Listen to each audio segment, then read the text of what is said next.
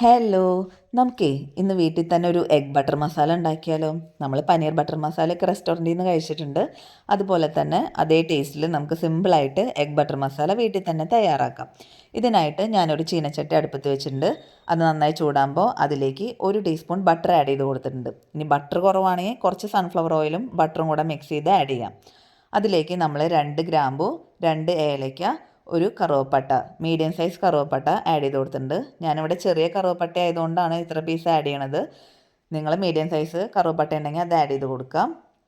അതിന് ശേഷം അത് നന്നായിട്ടൊന്ന് ചൂടായി കഴിഞ്ഞ് കഴിഞ്ഞാൽ നമ്മൾ അതിലേക്ക് 1 ടീസ്പൂൺ നല്ല ജീരകം ആഡ് ചെയ്ത് കൊടുക്കുന്നുണ്ട്.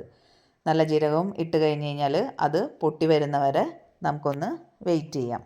ജീരകം കൂടെ ആഡ് ചെയ്ത് കഴിഞ്ഞാൽ നമ്മുടെ കറിക്ക് നല്ല സ്മെല്ലായിരിക്കും.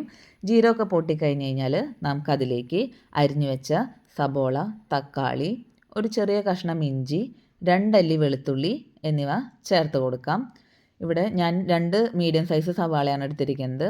പിന്നെ ഒരു ചെറിയ തക്കാളിയും. ഇത് വലുതായിട്ടാണ് അരിഞ്ഞിട്ടേക്കുന്നത്. നമുക്ക് ചെറിയ കഷ്ണങ്ങളായിട്ട് അരിയേണ്ട ആവശ്യമില്ല. കാരണം നമ്മൾ ലാസ്റ്റ് ഇത് അരച്ചെടുക്കും. അതിലേക്ക് നമുക്ക് 4 5 അണ്ടിപ്പരിപ്പ് ചേർത്ത് കൊടുക്കാം. ഇത് മുഴുവൻ നന്നായി വാടി കിട്ടേണ്ട ആവശ്യമില്ല. അത് ജസ്റ്റ് ഒന്ന് ട്രാൻസ്ലൂസൻ്റ് ആയാൽ മതി. കുറച്ച് ഉപ്പും കൂടെ ചേർത്ത് കഴിഞ്ഞാൽ സബോള പെട്ടെന്ന് വാടി കിട്ടും. പിന്നീട് നമ്മൾ അതിലേക്ക് കസൂരി മേത്തിയാണ് ആഡ് ചെയ്യണത്. കസൂരി മേത്തി എന്ന് പറഞ്ഞു കഴിഞ്ഞാൽ ഉലുവയുടെ ഇല ഉണക്കിയതാണ്. അത് നമുക്ക് മാർക്കറ്റിൽ നിന്നൊക്കെ വാങ്ങിക്കാൻ കിട്ടും. അത് നന്നായിട്ട് കയ്യിലിട്ട് ഇത്തിരി എടുത്ത് തിരുമ്മി ഇതിലേക്ക് ആഡ് ചെയ്ത് കൊടുക്കണം. ഇതാണ് നമ്മുടെ കറിക്ക് ഒരു പ്രത്യേക ഫ്ലേവർ കൊടുക്കുന്നത്. ഇതിന് നല്ല സ്മെല്ലാണ്. ഇത് സ്കിപ്പ് ചെയ്യരുത്. അതിനുശേഷം നമുക്ക് കുറച്ച് പൊടികൾ അതിലേക്ക് ആഡ് ചെയ്ത് കൊടുക്കാം. നമ്മൾ 1/4 ടീസ്പൂൺ മഞ്ഞൾപ്പൊടി, ഒരു 1/4 ടീസ്പൂൺ മല്ലിപ്പൊടി, എരിവിന് ആവശ്യത്തിനുള്ള മുളക് പൊടി, ഒരു 1/4 ടീസ്പൂണോളം തന്നെ കുരുമുളക് പൊടി, ഒരു 1/4 ടീസ്പൂൺ ഗരം മസാല എന്നിവ ചേർത്ത് നന്നായിട്ടൊന്ന് വഴറ്റി കൊടുക്കാം.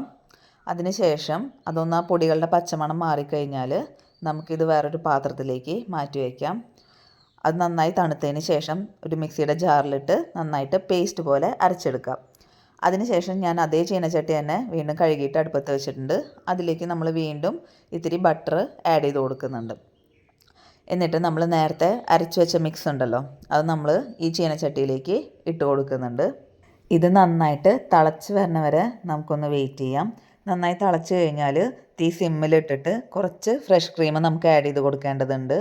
ഇനി ഫ്രഷ് ക്രീം എല്ലാവരുടെ അടുത്തും അവൈലബിൾ അല്ലെങ്കിൽ നമുക്ക് പാല് ആഡ് ചെയ്ത് കൊടുത്താലും മതി. ഇനി പാലും ഇല്ലെങ്കിൽ നമുക്ക് കുറച്ച് തിളച്ച വെള്ളം ഒഴിച്ചു കൊടുത്താലും മതി. നമുക്ക് എത്രയാണോ ഗ്രേവിയുടെ തിക്നെസ് വേണ്ടത് അതനുസരിച്ചിട്ട് വേണം വെള്ളമായാലും പാലായാലും ആഡ് ചെയ്യാൻ.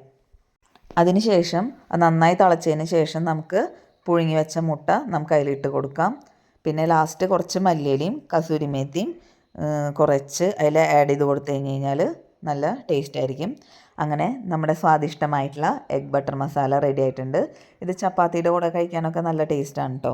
അപ്പോൾ എല്ലാവരും ഒന്ന് ട്രൈ ചെയ്ത് നോക്കിയിട്ട് നിങ്ങളുടെ അഭിപ്രായങ്ങൾ കമൻറ്റിലൂടെ പറയണം. അപ്പോൾ വീഡിയോ ഇഷ്ടമായാൽ എല്ലാവരും ലൈക്ക് ചെയ്യുക, ഷെയർ ചെയ്യുക, സബ്സ്ക്രൈബ് ചെയ്യുക, കമൻറ്റ് ചെയ്യുക. നമുക്ക് അടുത്ത വീഡിയോ ആയിട്ട് വീണ്ടും കാണാം. താങ്ക്